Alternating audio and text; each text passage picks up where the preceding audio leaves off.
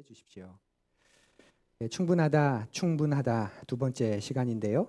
골로새서 1장 9절에서 14절까지의 말씀입니다. 우리 세 번역 말씀으로 같이 한 절씩 윤독하지요. 신약성경 골로새서 1장 9절에서 14절까지의 말씀입니다. 여러분이 가지고 있는 성경 혹은 또 스마트 기기를 사용하셔서 우리 9절부터 14절까지 한 절씩 세 번역 말씀으로 윤독합니다. 그러므로 우리가 여러분의 소식을 들은 그날부터 우리도 여러분을 위하여 쉬지 않고 기도합니다. 우리는 하나님께서 여러분에게 모든 신령한 지혜와 총명으로 하나님의 뜻을 아는 지식을 채워주시기를 빕니다. 여러분이 주님께 합당하게 살아감으로써 모든 일에서 그분을 기쁘게 해드리고 모든 선한 일에서 열매를 맺고 하나님을 점점 더 알고 하나님의 영광의 권능에서 오는 모든 능력으로 강하게 되어서 기쁨으로 끝까지 참고 견디기를 바랍니다. 그리하여 성도들이 받을 상속의 목을 차지할 자격을 여러분에게 주신 아버지께 여러분이 빗속에서 감사를 드리게 되기를 우리는 바랍니다. 아버지께서 우리를 암흑의 권세에서 건져내셔서 자기의 사랑하는 아들의 나라로 옮기셨습니다. 우리는 그 아들 안에서 구속 곧 죄사함을 받았습니다. 아멘. 새해가 되고 이제 2달, 그것도 중순이 넘어가는데요. 기도 생활 잘하고 계신가요? 갑자기 눈을 내리까시네요. 한번 여쭤볼까요? 기도 시간이 조금 더 깊어진 것 같다. 계세요? 기도 시간이 조금 더 풍성해지는 것 같다. 새해라서 그런지 작심삼일이어도 내가 해가 바뀌어서 마음을 먹고 시작하니 기도의 맛이 조금은 느껴지는 것 같다. 내 기도가 조금은 달라진 것 같다. 혹시 그런 분 계십니까? 우리가 일반적으로 기도 그러면 저절로 되는 것 같이 그렇게 생각합니다. 기도 그러면 저절로 되는 것. 그냥 술술하는 기도, 그것을 기도 잘하는 것으로 그렇게 여기기도 하죠. 그리고 그렇게 기도는 또 길게 해야 잘하는 기도, 그렇게 말하기도 합니다. 기도에 있어서 양을 중요하게 여기는 그런 문화입니다. 그래서 많은 내용을 끊이지 않고 술술 기도할 때 참 기도 잘한다, 그렇게 여깁니다. 또 오래 기도할 때 정말 기도 잘하는 사람이다, 또 그렇게 바라보기도 합니다. 특히 통성 기도할 때는 한 2시간은 해야 그것도 기도했다 말할 수 있지, 그런 이야기도 종종 듣곤 합니다. 우리의 전통에서는 기도는 많이 해야 좋은 것이고 오래 해야 좋은 겁니다. 그래서 어떻게 해서든 기도를 많이 하려고 하고 또 오래 하려고 합니다. 그런데 그렇게 많이 기도하고 오래 기도하는데도 기도하는 그 사람이 많이 기도하는데 오래 기도하는데 잘 바뀌지 않는 것 같은 그런 괴리감을 느낄 때 있습니다. 그렇지 않나요? 기도는 참 많이 하는데 오래 하는데 그 기도하는 그 사람은 바뀌지 않습니다. 그 이유가 뭘까? 아마도 우리가 기도를 잘 배우지 않아서 그런 것 같다는 생각입니다. 너무 자연스럽게만 기도하려고 하는 거죠. 그래서 기도문을 써라, 기도를 준비해와라 그러면 그걸 또 어색하게 여기는 분도 계십니다.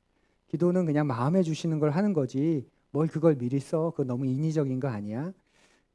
그래서 즉흥적으로 기도하고 순간순간 떠오르는 것을 기도하고 또 많이 하고 오래 해야 되니까 순간순간 뭔가를 계속 끊임없이 하다 보니까 정작 기도하는 나는 바뀌지 않는 것이죠. 그래서 기도의 내용이 육신을 위한 기도, 또 기복적인 내용의 기도가 너무 많게 됩니다. 오늘 말씀은 골로새 교회를 향한 바울 사도의 기도가 나오는 본문입니다. 이참에 우리 바울의 기도를 또 배우고 훈련해 보면 좋겠습니다. 기도는 배우는 것이고 또 기도는 훈련하는 것입니다. 좋은 기도 우리가 배워야 하고 또 좋은 기도를 따라 훈련해야 하는 것이지요. 9절 하반절부터 오늘 읽었던 9절 말씀, 우리가 9절부터 읽었는데요. 그 하반절부터 바울의 기도가 시작되는데 바울이 드리는 기도의 핵심은 이겁니다. 너희에게 모든 지혜와 지식의 총명함으로 너희가 가득 차서 너희가 하나님의 뜻을 아는 지식이 채워졌으면 좋겠다. 그래서 주님께 합당한 그런 삶을 살아가면 좋겠다. 그럴 때 모든 일에서 주님을 기쁘시게 해드릴 수 있다. 이게 바울이 골로새 교인들을 향해서 드리는 기도의 핵심입니다. 조금 더 짧게 정리하면 너희가 하나님의 뜻을 아는 지식으로 충만해지면 좋겠다라는 기도를 하고 있습니다. 충만해진다, 채워진다. 이것은 뭐 일종의 수동태죠. 내가 충만하게 하는 게 아니라 내가 채우는 게 아니라 내가 하나님의 뜻으로 충만해지기를, 하나님을 아는 그 신령한 지식으로 우리가 채워지기를. 그래서 하나님의 주님께서 우리를 그렇게 충만하게 해주시기를, 여러분들을 충만하게 해주시기를 그렇게 기도하고 있습니다. 하나님의 뜻으로 채워지고 충만해지기를 기도하고 있는데, 우리가 하나님의 뜻이라는 말을 쉽게 사용합니다. 하나님의 뜻을 알고 싶다. 하나님의 뜻을 찾고 싶다. 하나님의 뜻을 깨닫고 싶다. 근데 언제 우리가 하나님의 뜻이라는 말을 자주 사용할까요? 어떤 선택이 있을 때. 그렇죠? 예를 들면 직장을 구할 때 하나님의 뜻은 뭘까? 알고 싶다. 결혼 배우자를 정할 때 하나님의 뜻을 알고 싶다. 집을 얻거나 또 교회를 결정하거나 또 장차 일어날 어떤 일, 어떤 결과에 대해서 여러분이 기도해야 될 때 아마 그 기도의 가장 처음 그리고 가장 중심은 분명 그걸 겁니다. 하나님의 뜻은 뭘까? 하나님은 뭘 원하실까? 하나님은 내가 어떤 선택을 하기를 원하실까? 하나님께서 준비하고 계신 그런 모습, 그림, 그 미래는 뭘까? 그래서 나는 그 바른 선택을 하고 싶다. 이런 것들이 다 하나님의 뜻을 묻는, 구하는 그런 물음들입니다. 이렇게 우리가 하나님의 뜻이라는 말을 쉽게 사용하지만 또 가만히 보면 하나님의 뜻이라는 말은 굉장히 폭넓은 그런 개념이기도 합니다. 뭔가가 이미 정해져 있고 또 그걸 찾아내서 알아맞추는 게 하나님의 뜻을 아는 거야 라고만 말하기에는 너무 비좁은 생각입니다. 우리가 하나님의 뜻을 알고 하나님의 인도하심을 받는다고 할 때 자꾸 뭔가를 찾아내려고 하죠. 숨은 그림 찾기처럼 숨겨져 있는 하나님의 뜻을 그냥은 보이지 않는데 내가 그걸 좀 찾아내야 되는 것 같은, 또 보물찾기처럼 하나님의 뜻이 어딘가에 감춰져 있어서 계속 기도하고 또 뭐 성경을 연구하면서 하나님의 뜻은 뭔가 이걸 찾아내야 되는 것 같은 그런 마음으로 하나님의 뜻을 우리가 대합니다. 그것만이 전부라고 생각해서는 안 되는 거죠. 그런데 그런 것이 전부라고 생각할 때 우리는 오히려 더 잘못된 신앙으로 갈 수 있습니다. 예를 들면 성경을 가지고 하나님의 뜻을 찾아야 되니까 어떻게 하나요? 점을 치듯이, 그죠? 가장 대표적인 방법이 뭡니까? 주님 뜻은 뭡니까? 자, 예? 근데 이게 좋은 게 나오면 좋은데, 그죠? 이상한 게 나오면 그때부터 이제 피곤해집니다. 우리가 말씀 뽑기를 안 하는 것도 그런 이유죠. 물론 좋은 말씀만 다 골라놨지만 마치 뭔가를 점을 보듯이 찍듯이 이렇게 해서 하나님이 그럴 바에야 다 깔아놓고, 이게 다 하나님이 우리에게 주신 성경의 풍성한 약속들인데 이 가운데 한 해 동안 내 인생, 내 한 해의 약속의 말씀을 삼고 싶은 것 여러분이 선택하셔라. 이 말씀이 참 귀하다. 내가 이 말씀을 내 한 해 동안 내 삶 속에 품고 싶다. 오히려 그게 더 우리에게는 의미 있는 것이죠. 네. 그런데 숨겨져 있고 감춰져 있고 그래서 찾아야 되는 것만으로 하나님의 뜻을 바라볼 때는 그렇게 성경을 가지고도 점을 치게 될 수 있습니다.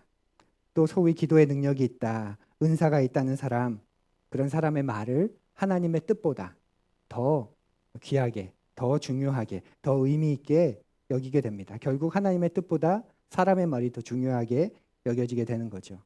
왜냐하면 그런 것들은 즉각 효과가 나타나잖아요. 하나님의 뜻 그러면 너무 두리뭉실하고 딱 꼬집어 얘기해 주시지 않아서 때론 답답하고, 그런데 사람에게 물어보면, 점을 보면 딱 뭐라고 나오니까 즉각 효과가 나타나고 즉각 대답을 얻을 수 있는 그런 방법들, 그런 사람들을 더 의지하게 되는 그런 어리석은 일을 행하게 됩니다. 꼭 기억하셨으면 좋겠습니다. 하나님의 뜻은 숨겨진 게 아닙니다. 우리 따라해 볼까요? 하나님의 뜻은 숨겨진 것이 아니다. 네. 하나님의 뜻은 숨겨지지 않았습니다. 그렇다면 성경이 필요 없고 사람의 몸으로 이 땅에 오신 독생하신 예수 그리스도는 아무런 의미가 없습니다.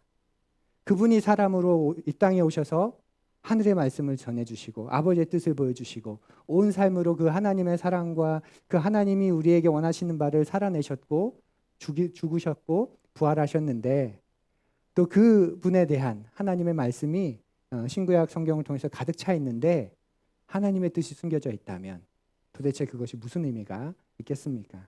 하나님의 뜻은 숨겨진 게 아닙니다. 꼭 기억하십시오. 하나님의 뜻은 보물찾기도 아니고 숨은 그림 찾기도 아닙니다.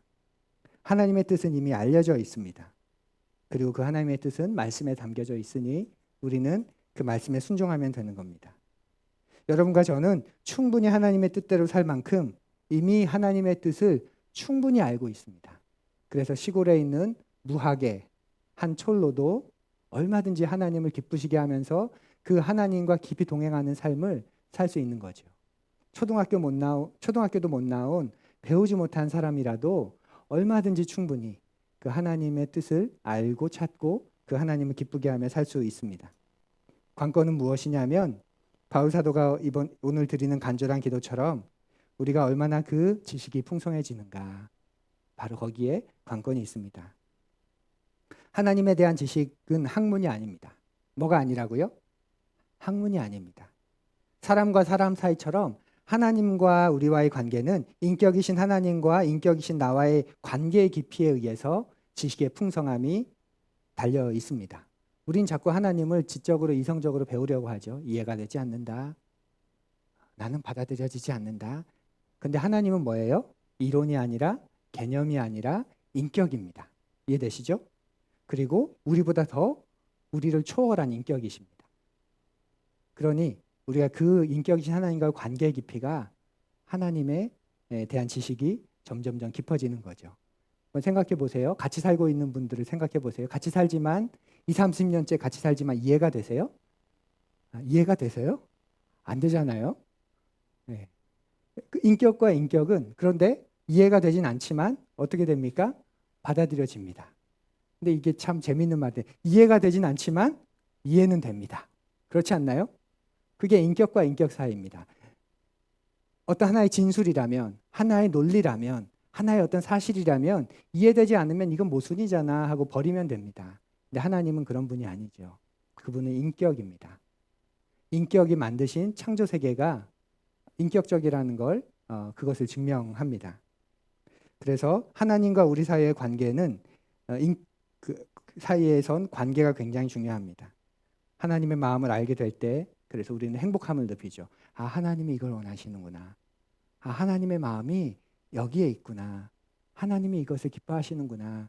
우리 마음에 그런 마음을 느낄 때 우리가 얼마나 행복해지는지 모릅니다. 그분이 인격이시기 때문이고 그 지식은 그분과의 관계 속에서 우리가 경험되기 때문에 그렇습니다. 그래서 날마다 말씀 묵상하는 것이 그 하나님에 대한 감각을 예민하게 하기 위함입니다. 반대로 말씀에서 멀어진다면, 기도에 소홀해진다면 하나님의 뜻을 아는 감각이 분명 점점 둔해질 겁니다. 하나님의 뜻을 알고 싶다. 그런데 인격이신 그분과 관계를 맺지 않아요. 그럼 모르지요.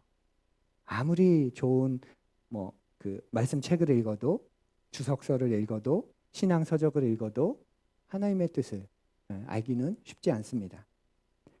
하나님의 뜻은 하나님이 원하시는 것, 하나님이 기뻐하시는 것, 하나님께서 기대하시는 것인데 그분과의 관계가 시시껄렁해지면 하나님의 뜻을 알 수 없게 되는 게 당연한 겁니다.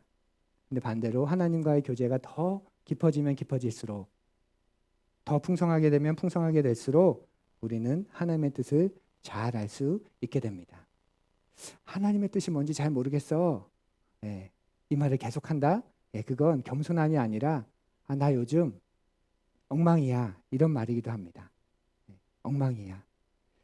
골로새서 안에서 하나님의 뜻은 뭘까요? 우리 함께 읽어볼까요? 다 함께. 그러나 지금은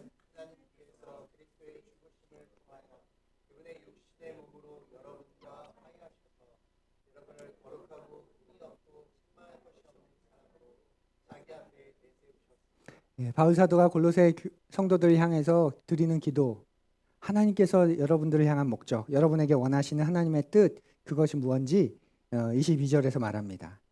거룩하고 흠이 없고 책망할 것이 없는 사람으로 여러분들이 세워지는 것, 그것이 하나님의 뜻입니다.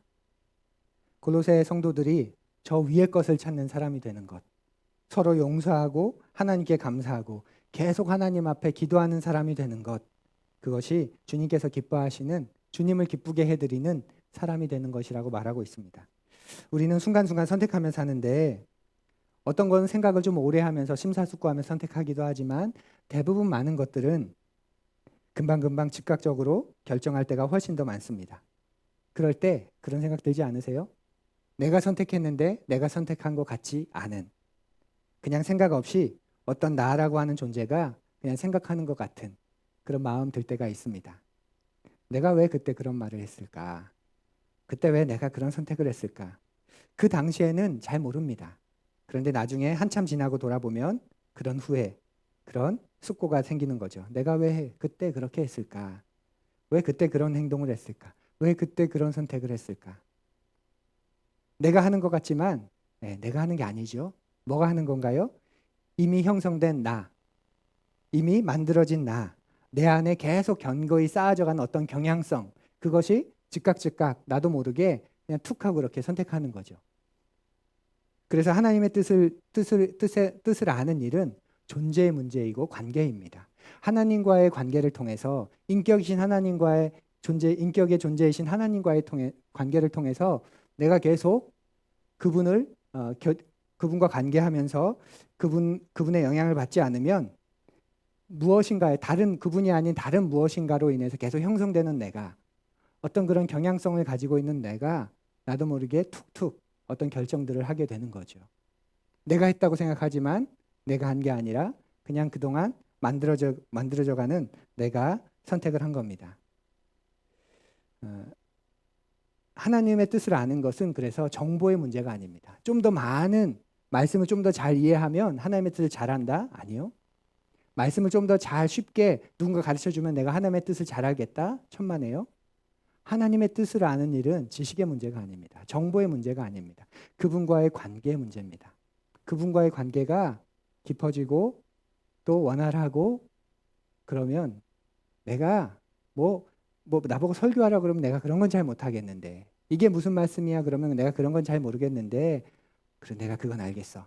하나님이 내게 어떤 삶을 원하는지 하나님께서 나에게 삶에서 무엇을 기뻐하시는지 내가 어떻게 하는 게 하나님은 그분을 기쁘게 해드리는지 그건 적어도 알겠어. 그래서 난 그 삶을 포기하고 싶지 않아.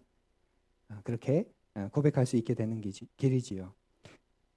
바울 사도는 그렇게 하나님의 뜻을 아는 게 뭔지 하나님의 뜻이 무엇인지 골로새 교인들을 향해서 기도하면서 말해주고 있습니다.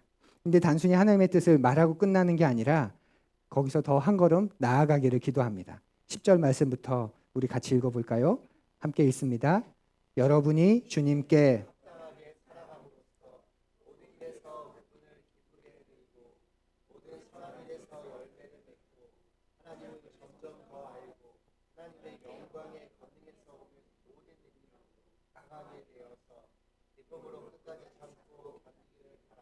네.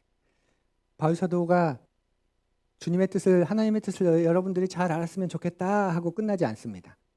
그렇게 잘 알 뿐 아니라 주님께 합당하게 살아가는 주님을 기쁘게 해드리는 그 삶까지 이제 여러분들이 나아갔으면 좋겠다 이렇게 기도합니다. 하나님의 뜻을 잘 아는 것하고 주님께 합당하게 살아가는 것하고는 그래서 분리되는 것이 아닙니다. 서로 연결되는 것이죠. 하나님의 뜻을 잘 알아야 우리는 주님께 합당하게 살아갈 수 있고 주님께 합당하게 살아가는 힘은 하나님의 뜻을 잘 아는 것에서 나옵니다. 안 그러면 그저 착하게 사는 것, 그저 열심히 사는 것, 그저 성실하게 사는 것, 그저 최선을 다해서 사는 것, 그저 바쁘게 사는 것 이것이 합당한 삶이라고 착각합니다. 하나님은 성경에 한 번도 착하게 살아라, 성실하게 살아라, 열심히 살아라, 최선을 다해 살아라, 바쁘게 살아라 이렇게 말씀하신 적이 없지요. 그죠? 근데 우리는 하나님의 뜻을 또 하나님의 뜻대로 살아가는 것을 계속 연습하고 훈련하고 그것을 중요하게 여기지 않으면 그냥 내가 열심히 살아. 그것으로 자신의 삶을 정당화합니다. 나 성실하게 살고 있어. 나 최선을 다하고 있어. 최선을 다하지 않는 존재가 어디 있습니까? 네.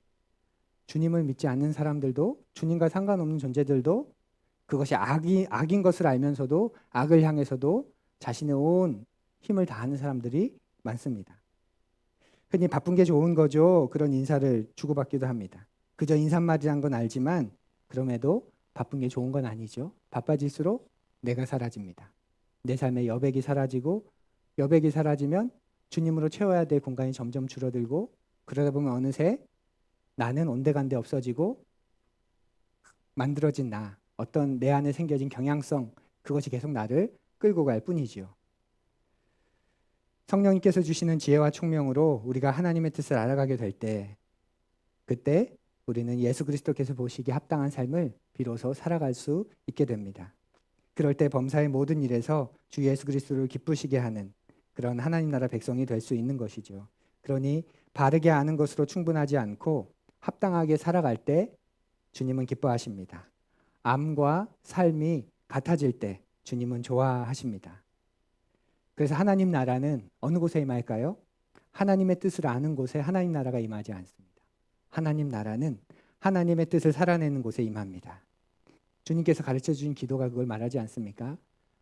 아버지의 뜻이 하늘에서 이루어진 것 같이 땅에서도 이루어지게 하소서. 하나님 나라는 하나님의 뜻을 살아내는 곳에 임하는 것이지 하나님의 뜻을 아는 곳에 임하지 않습니다. 바울 사도가 그래서 어떤 거창한 기도보다 골로새 성도들이 주님을 기쁘게 해드리는 사람이 되게 해주십시오. 이렇게 단순하게 기도하는 모습이 저에게는 참 큰 울림으로 다가옵니다. 그 단순한 기도 속에서 바울의 권위가 고스란히 느껴지기 때문입니다.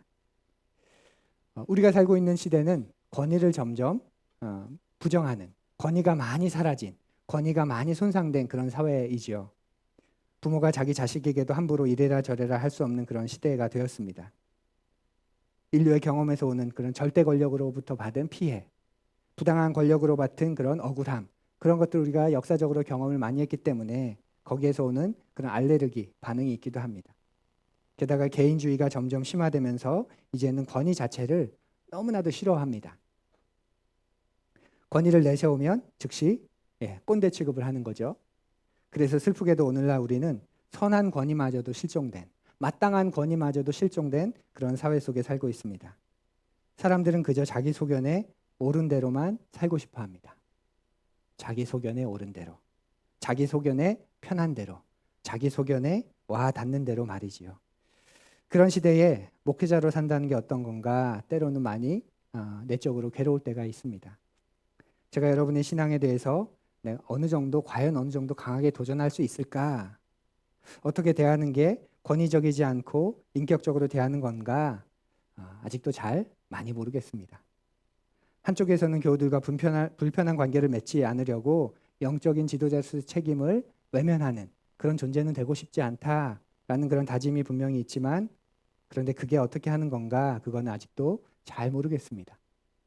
인격적이면서도 동시에 영적으로 자기 책임을 다하는 목회자가 된다는 게 어떤 건지, 무례하지 않으면서도 무심하지 않는 그런 목회자가 되는 그런 선이 어디까지인지 계속 고민하고 있습니다. 저 정도 되면 다 아는 것 같지 않나요? 잘 모르겠습니다. 그것이 목회자로서 참 어려운 문제고 때로는 슬픈 현실입니다. 그런 저를 좀 도와주고 싶지 않으십니까? 돕고 싶으시죠? 여러분이 저를 도와주시는 최고의 방법은 바울 사도의 기도처럼 여러분이 좀 더 주님께로 나아가는 겁니다.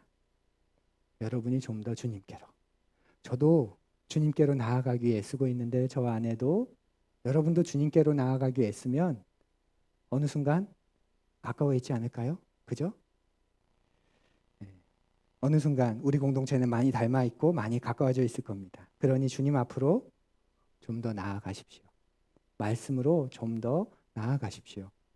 좀 더 깊은 기도로 나아가십시오. 거기서 얻은 지혜와 총명을 가지고 형제와 자매 곁으로 서로 좀 더 나아가십시오. 꼭 그렇게 하셔야 됩니다. 그럴 때 우리를 통해서 교회가 세워지는 겁니다. 엄마 아빠가 좀 부족해도 자식들이 형제간에 우애가 있으면 어때요? 괜찮아요. 그죠? 근데 엄마 아빠가 아무리 탁월해도 형제간에 우애가 부족하면 그게 더 문제입니다. 저는 저대로 고민하고 치열하게 애쓰며 살아갈 테니 여러분도 여러분 스스로 여러분이 마땅히 해야 할 것 함께 도우면서 가면 어느 순간 우리는 많이 주님을 닮은 그런 사람들, 그런 공동체가 되어 있을 겁니다. 그럴 때 여러분의 일상에서도 주님께서 여러분을 어디로 보내시든지 여러분에게 무슨 일을 맡기시든지 그 자리에서 놀랍게도 여러분은 주님을 꽤 기쁘시게 해드리는 그런 삶을 살아가게 되실 겁니다. 주님께 합당히 행함으로 주님을 기쁘게 해드리는 삶이 어떤 삶인지 이제 바울이 구체적으로 말합니다. 여러분도 이런 삶을 살면 좋겠다. 그러면서 이제 구체적으로 그 모습을 이야기하는데요. 우리 같이 읽어보겠습니다. 우리는 하나님께서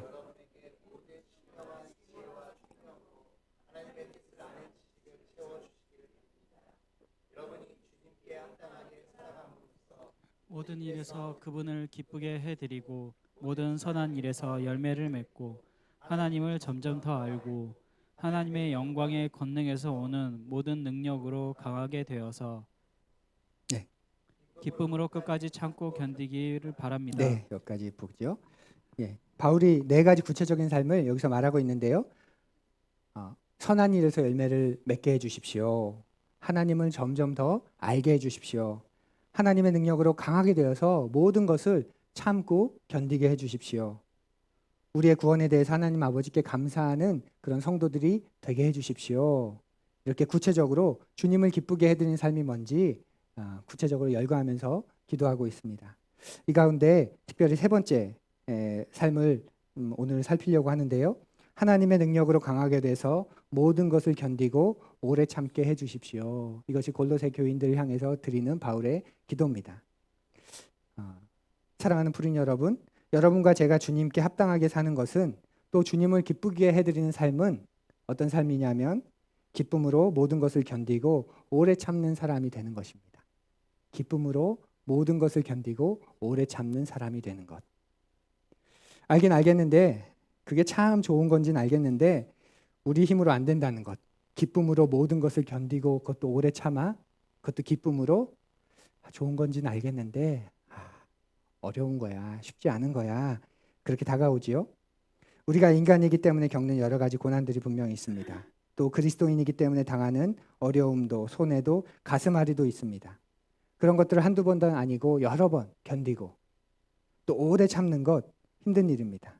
심지어 그것을 기쁨으로 참는다 불가능한 일 같습니다. 그런데 그럴 때 바울 사도의 기도가 필요합니다. 바울은 그냥 오래 참아라가 아니라 하나님의 영광에서 오는 모든 능력으로 강하게 되어서 이렇게 기도합니다. 그저 견디고 죽었다고 생각하고 자존심 다 팽개치고 살라는 게 아니죠. 그러한 삶으로 나아가기 위해서 먼저 체험을 받으라고 강함을 받으라고 기도하고 있습니다. 하나님 견디게 해주십시오라고 그래서 기도하기 전에 먼저 하나님 제 안에 주님으로 가득 차게 해주십시오. 하나님 제 안에 주님의 소망이 샘솟게 해주십시오. 하나님 제 안에 주님의 영광을 먼저 보게 해주십시오. 그게 바른 순서입니다. 오래 참고 싶으신가요? 잘 견뎌내고 싶으신가요? 좀 인내하고 싶으신가요? 단순히 인내, 견딤이 아니라 하나님 제 안에 먼저 주님의 능력이 가득 차게 해주십시오. 주님의 영광을 먼저 보게 해주십시오. 그 소망으로 제가 가득 차게 해주십시오. 그렇게 보게 될 때 인내할 수 있고 또 참을 수 있게 되실 겁니다. 제 인생에서 하나님이 그 하나님의 빛나는 영광을 보여주신 몇 번의 사건 가운데 하나가 여러 번 여러분에게도 간증한 것처럼 제 아버지를 위해서 기도할 때였습니다. 제가 회심하고 그러면 주 예수를 믿으라. 그리하면 너와 내 집을 구원 얻겠다. 그 소망에서 그 약속을 붙들고 얼마나 기도했는지 모릅니다. 그런데 안 믿으시더라고요. 네. 점점 그 마음이 식어지죠. 그러다가 이제 결혼을 하고 목회자가 되기로 결단을 하고 이제 목사 안수를 받게 될 때, 신학교 들어가게 될 때, 내가 목사가 되면, 내가 신학교에 들어가면 믿겠다. 그래서 그때 또 좀 간절해졌던 마음이 있는데 믿지 않으셨습니다. 이제 점점 가족 구원의 기도는 타성적이 되고 뜨거워지지 않죠. 기도하라 그러면 이제 뜨거운 마음은 다 사라집니다. 한두 문장 기도하고 다른 기도로 가게 되죠. 그러다가 어느 날 저도 모르게 그 기도를 하는데 그 모습이 그려지는 겁니다. 동산에 올라가고 있는데 뒷모습. 아버지가 아이들 양쪽에 손을 이렇게 붙들고 저 동산 끝에는 교회가 있는데 주일 아침에 거기로 올라가는 그런 상상. 근데 그 영광의 모습, 그 빛된 모습이 제 마음을 완전히 무너뜨리고 그때부터 또다시 가족을 위해서 아버지를 위해서 기도할 땐 늘 언제나 촉촉해진 마음으로 정말 그 일이 일어나기를 원하는 마음으로 기도하게 되었습니다. 견디고 견딜 수 있는 힘이 이 안에 생기게 되는 거죠. 그냥 기도해라 그러면 기도하고 싶지 않은데 이 안에 소망이 채워지니 하나님의 영광스러운 모습이 그분께서 이루실 그것이 먼저 내 안에 채워지니 그때부터는 얼마든지 여전히 뜨거운 기도의 제목이 될 수 있었습니다. 그것이 바울이 말하는 기도의 순서입니다. 오래 참으면 좋겠다. 너희들이 이 어려운 시대 속에서 잘 견디고 끝까지 그것도 기쁨으로 견뎌내면 좋겠다. 근데 그건 언제 가능하냐면 골로새 교인 여러분들이 주님으로 인해 채워질 때 가능한 겁니다. 주님의 소망이 여러분에게 샘솟을 때 가능한 겁니다. 주님의 영광을 먼저 보게 되실 때 가능한 겁니다. 그러니 그 기도를 먼저 들으시면 좋겠습니다. 얼마나 더 참아야 돼? 너무 신경 쓰지 마십시오. 그냥 먼저 주님으로 채워지도록 그렇게 기도하시면 됩니다. 그럴 때 우리가 오래 참을 수 있는 것이고 견딤의 힘을 얻는 것이고 내 능력으로 하는 것이면 자신 없지만 그분의 능력을 덧입는 것이면 가능한 것이 되고 오히려 그때부터는 주님 정말 사모합니다. 주님 정말 꼭 그렇게 되었으면 좋겠습니다. 주님 제가 정말 이것을 이겨냈으면 좋겠습니다. 그 전에는 외면하고 싶고 무시하고 싶고 다 털어버리고 싶은 일이었지만 주님의 능력을 덧입는 그 순간부터는 주님 이 끝에는 제가 꽤 단단해져 있겠지요. 끝나고 나면 제가 꽤 주님 닮은 사람이 되어 있겠지요. 하고 내 스스로도 고백할 수 있게 되는 것이지요. 사랑하는 푸른 여러분, 주님의 능력과 주님의 은혜를 먼저 덧입기를 구하고 그렇게 채우심을 있길 바랍니다.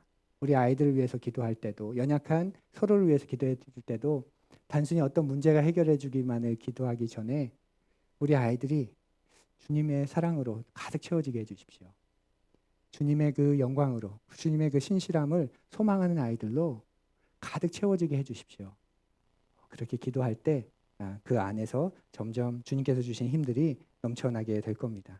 바울은 그렇게 강하게 해달라고 주님으로 인해 강하게 해달라고 기도하고 있습니다. 이것은 뭐 바울 사도의 기도만도 아니고 우리가 잘 아는 다른 서신서에도 나오죠. 야고보 사도도 비슷한 기도를 했는데요. 한번 들어보십시오. 나의 형제자매 여러분, 여러 가지 시험에 빠질 때 그것을 더할 나위 없는 기쁨으로 생각하십시오. 여러분은 믿음의 시련이 인내를 낳는다는 것을 알고 있습니다. 여러분은 인내력을 충분히 발휘하여 조금도 부족함이 없이 완전하고 성숙한 사람이 되십시오. 야고보 사도의 기도 이 말도 우리가 잘 알고 있죠. 여러 가지 시험을 받을 때 그것을 기쁨으로 생각해라.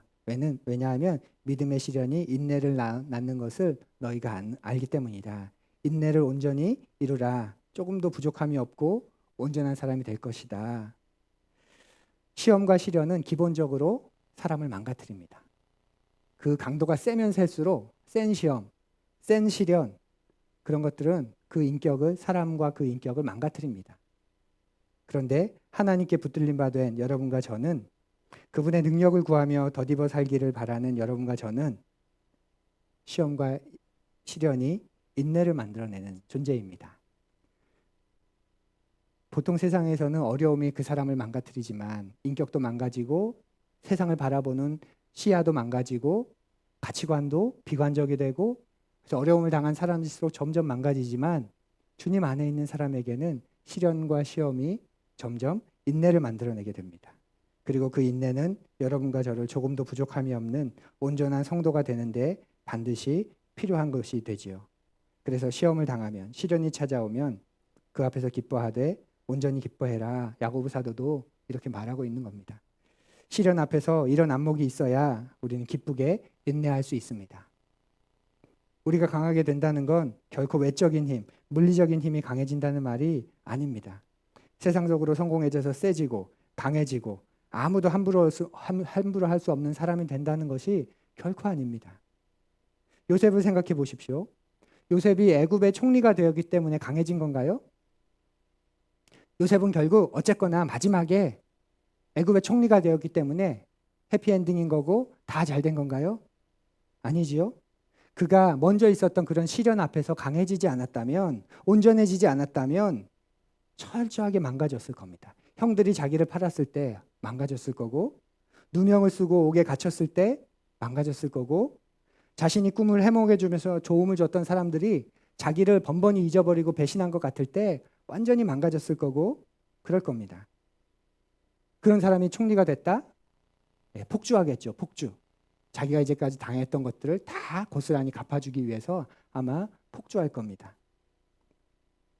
그런데 총리 자리가 요셉을 회복시킨 게 아니라 그가 있었던 그 순간순간 시련의 시간들 속에서 그가 하나님의 능력으로 계속 체험을 입었기에 그 능력으로 오래 참을 수 있었고 또 견디고 또 견딜 수 있었기에 그 문제들 때문에 망가지지도 않았고 나중에 총리가 되어서도 폭주하지 않은 것이지요.